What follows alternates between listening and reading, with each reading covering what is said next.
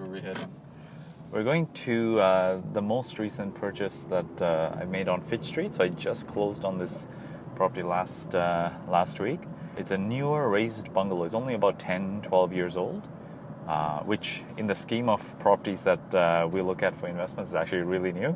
So yeah, this one's exciting. So I have my contractor getting quotes, and he's going to get started hopefully next week.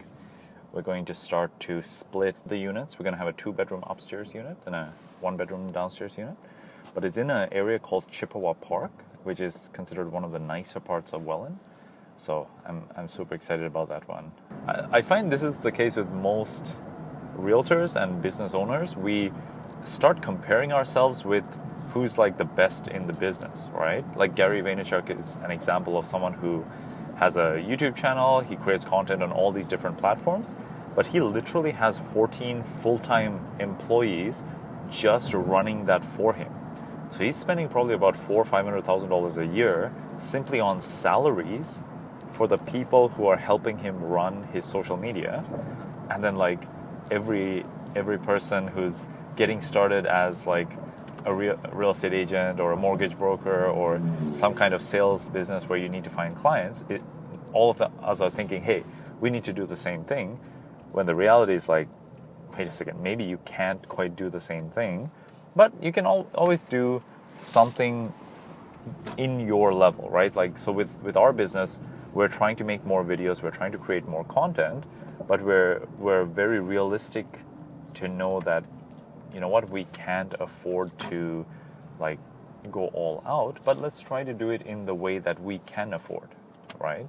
So we're going to do it at our pace, and we're going to slowly improve, but without feeling like we're falling behind because we can't do it at the level of the pros, which like realistically, like I don't even make $400,000 a year. How do I spend that much on staff to run the social media of my business, right? So anyways, just food for thought, because it's easy to get discouraged feeling like you're not doing enough, when the reality is like this business, for example, it's actually like 3-4 businesses in one, right? Finding clients, keeping clients, servicing them, actually doing the transactions, making sure you keep the relationship with your clients well after the sale, so that that's your base of referrals, right? People who are going to send other clients your way. Like there's so many aspects to this business that I find most agents trying to do everything themselves, they just get burnt out. Either they aren't able to get much traction, or they start getting burnt out, because how do you do everything by yourself and at the same time have a life, have relationships with your family, take days off so that, you know, time to time you have a bit of life put into your business, right? So yeah, it's a tough business to do it on your own. So yeah, I'm super excited where we're at right now. Like my wife is helping me fully with the admin side, taking care of all the back end and running the marketing systems, doing so many aspects. I have this handsome guy Charles holding the camera right now, who's filming, and and now we just got a team member, Ryan, who's also a realtor local to the area, knows investments. He's going to start helping me out. We're going to work together, and yeah, as a team we get to cover way more ground than any agent trying to do it all themselves, right? So yeah, I'm really pumped for these next few months, and then definitely for the new year to start it off as a team, just to build on sort of the success we've had this year. So super excited. All right, let's go inside. First time walking into the home that I've just purchased. First time? Yep. Ever? I mean, I saw it before buying it. Really? It's always a good rule of thumb to see the homes you buy. First time on video, though. Well, we just got ownership of this home. When was it? Thursday? Yeah, last Thursday. And today's Saturday. It's just 2 days ago. Ta-ta-da! Welcome to my humble abode. Maybe turn off the light, or close the door. Hey guys, so we're at the most recent purchase that me and my wife Yashika just purchased. This is a raised bungalow in the city of Welland. This is going to be a duplex conversion, and we just got ownership this past Thursday, and this is the first time that Yoshika is seeing it. What do you think of the home so far? I really like this house, and I'm looking for the renovation we are going to do for the basement. Yeah. This is actually a little bit of a unique home because it's smaller than most of the homes I even recommend my clients to buy. This is only about 800 square feet. So you can really see that it's a 2-bedroom upper layout. But the really nice part about the home is it was built in 2008, I believe. So it's only 12 years old. So it's built with modern construction standards, good ceiling heights in the basement, big windows in the basement, and it has a garage. So up here, this is the original kitchen. We're going to keep it. Basically, we're going to do almost nothing up here, except for over here, we're going to put a stackable laundry and a dishwasher right here, so that this kitchen has a dishwasher and it has a laundry. And then, yeah, so this is the living space. That's the main entry. So quite a bit of work actually needs to happen right up here. So as you can see, there's the front door entry there. You come up the staircase here to the upper unit, and then there's another staircase as you go around down there to the lower unit. So as a result of that, we need to close this area off to build a wall, build a front door over here, so that this front landing area becomes a common area. And then we want to build 2 front doors inside the landing area into the upper and the lower units. So already we have this upstairs. We've had it advertised for rent with our property manager since we firmed up our purchase about 3 weeks ago, and they've been advertising it for rent. We're trying to charge $1,700 up here, which is quite high for a 2-bedroom apartment, especially in the city of Welland. But we're giving them the garage. We're giving them exclusive use of the backyard. So it's going to be a really nice upper level unit. And apparently we're getting good interest. So fingers crossed we get a tenant lined up for early November or mid-November. So hopefully in the next couple of weeks. And yeah, so that's the story up here. Why don't we go on over to the basement? Oh, actually, this is the garage. So it's literally probably the tallest garage I've seen. It's ridiculous. Holy. How My- many feet? I don't even know. But my home inspector, his ladder almost ran out of reach because he was trying to get into the attic through the garage, because he has to check the attic to make sure it was good. And that was a funny moment. I had to hold the ladder to make sure that he didn't fall off the ladder as he tried to climb through that hole Oh my there. goodness. So yeah. Maybe you can stand next to the wall for. I mean, this is unusual, How right? tall are you? So I'm 6'3". This is probably 8 feet high or 9 feet high to the tip of my fingers. So, and like, that's the ceiling height there. 18 feet. Probably 18, maybe 20 18 feet. feet. Yeah. So anyways, this garage is going to be given to the upper tenant, and this entryway is going to be part of the common space, which is actually nice. So right now we're giving it to the upper tenant.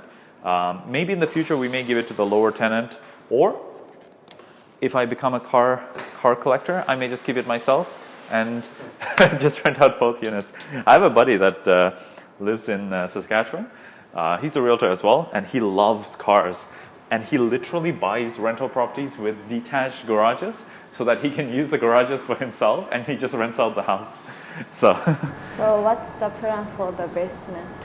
yeah, so down here, we really lucked out with these windows, right? With these massive windows, except we need to add another large window right here. Why? So we're going to put the kitchen right over here, and we're going to have the living space right there. For the living space and the kitchen, if it's part of a living room, you need to have a 5% light requirement when you're making a legal basement apartment. What that means is for every 100 square feet of floor space, you need to have 5 square feet of window space. So that's kind of the way it works. And because this living space and kitchen is going to be so massive, we actually need to add a third window into this space to really meet the light requirement. Initially, I was thinking maybe make this into a separate bedroom, right? Squeeze the kitchen and the living space here and have a small 2-bedroom apartment similar to the upstairs. But because of the furnace room taking a good bit of space, the washroom is laid out well to be a large washroom. When I had my property manager through here, we discussed the options, and he thought in this neighborhood, he can get between $1,300 to $1,400 in rent if it was a sweet 1-bedroom apartment. And he didn't think we could get any more rent by making it a 2-bedroom. He was actually thinking it may be less appealing because it would be a more cramped style 1-bedroom. Sorry, more cramped 2 bedrooms. So instead, we're going to just keep it as a 1-bedroom, have it be this awesome open space, and we're still hoping to get top dollar in terms of rent. But you can see even down here in a basement, I can't even touch the ceiling, right? So It's pretty high. yeah, it's very spacious, big windows. Right now there's only a 2-piece washroom, but there's enough space for a full washroom. So we are going to gut this space, probably tile the tubs around, put in a full tub, shower, vanity, and just make this into an awesome washroom. So we'll have a full washroom here. We're gonna put a galley style kitchen along this wall from over there till here, maybe a little counter bar here, the fridge on the other side, some more cabinets. Going to keep the furnace room, everything there as it is, and we'll have just the one large bedroom down here. So for laundry down here, we're going to keep it in the furnace room and just have the tenants use it because there's already laundry there. And then for the upstairs, we're going to have it in that kitchen area. So that's going to be the option. So we're still going to try to get close to $3,000 in rent. So maybe 17 up, 13 down.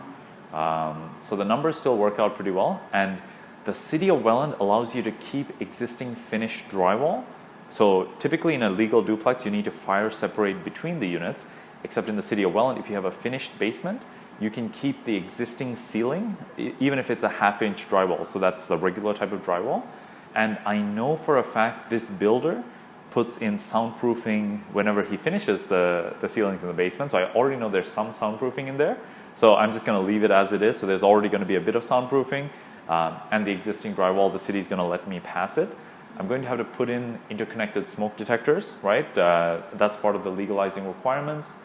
And yeah, this is going to be a sweet apartment. So more windows, bigger kitchen, nice washroom, and it'll be a 1-bedroom, but a very, very spacious 1-bedroom. So pretty pumped for that. Like, are we targeting to the family or Probably more either a like single person, like a walking, a couple, right? Yeah, it's going to be yeah. like that. Yeah, very, very. With 1-bedroom, With right? a 1-bedroom, Yeah. but a really nice 1-bedroom, right? If you go just down the street, we're right in the Chippewa Park neighborhood of Welland, and this is considered one of the nicer parts. People really want to be close to the park. Kind of not quite the Central Park of New York, but the equivalent in the city of Welland. Let's put it that way. The Hyde Park. The Hyde Park in Toronto, compared Really, to. it's that big. Yeah, it's a massive park actually. It's pretty huge, and this neighborhood is considered quite desirable because it's in the nicer part of town, but it's still a bit of a way away from the college, so you don't have any student rentals around here.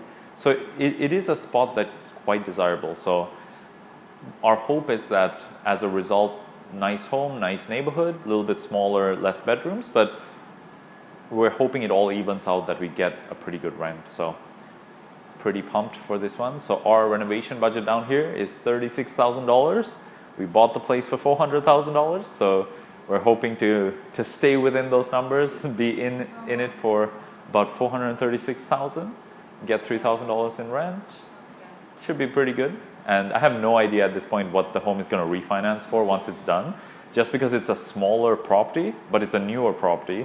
And I haven't experimented with this yet, but I think it's still worth $500,000, if not slightly more. The challenge will be if I try to refinance it to pull out the money.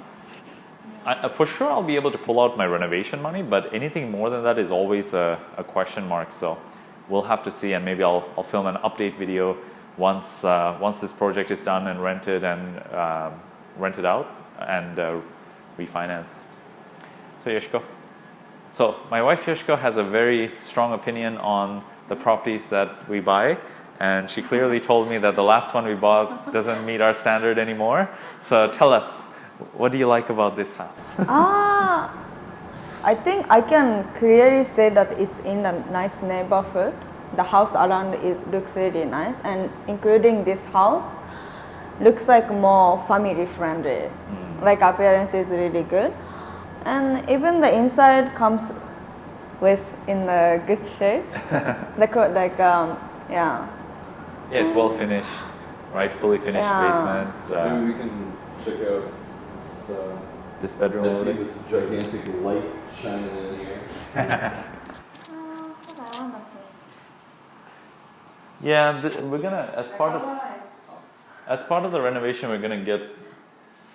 We don't have it included to fully paint right now, but I'm thinking of getting it painted. Let me close this. I don't know why the guy opened all the windows. Must have been a hot day. But yeah, this room doesn't have a closet though. I wonder if we need to build a closet. Or maybe just have them put a wardrobe. They have this whole apartment though. I think it's a 1-bedroom apartment. They should be okay. Right? Hopefully. Maybe a closet over there would be good. But yeah, but right now it's nice, right? Because you just walk in. It's long, but it's not that wide. So if someone wanted to put like a queen bed, it's no problem. A king, maybe, and have a dresser. They'll have to figure it out.